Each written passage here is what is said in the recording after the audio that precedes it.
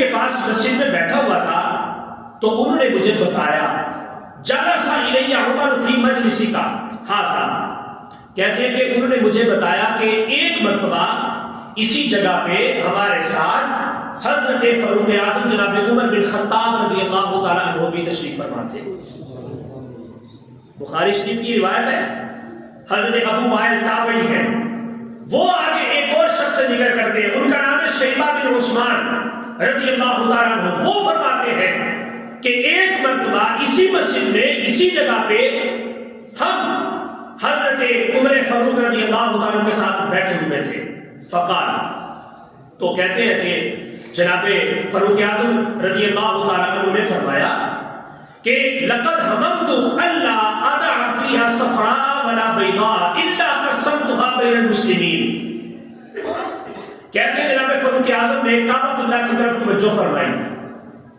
اور کعبہ شریف کی طرف توجہ فرما کے کہنے لگے،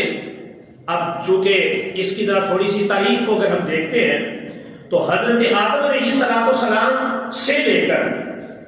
جناب محمد رسول اللہ صلی اللہ علیہ وسلم کے زمانے نبوت ظاہری تک کعبۃ اللہ کو ہر امت کے اندر، ہر قوم کے اندر عزت اور شرف کی نگاہ سے دیکھا جاتا رہا۔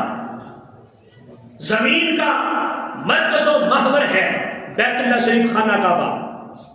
اب چونکہ سارے نبیوں کے اندر اس کی تعظیم اور توقیر واضح تھی، مسلم تھی،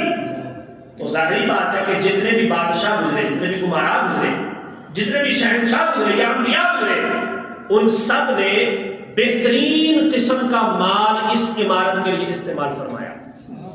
جیسے آج کل کے دور میں ریشم کی چادر ہوتی ہے، اس کے اوپر گولڈ کی، سونے کی کڑھائی ہوتی ہے، اور بڑے ہی پیارے اور مخصوص انداز میں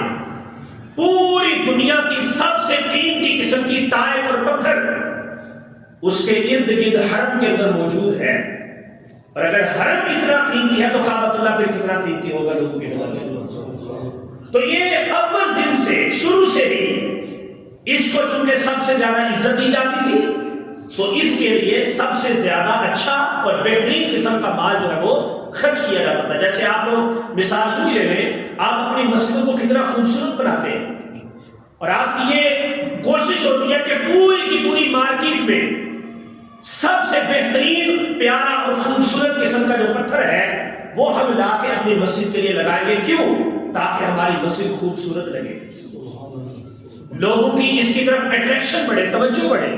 لوگ اس کی طرف آئیں اور متوجہ ہوں، شوق سے آ کے عبادت کریں، اس کی زیارت کریں۔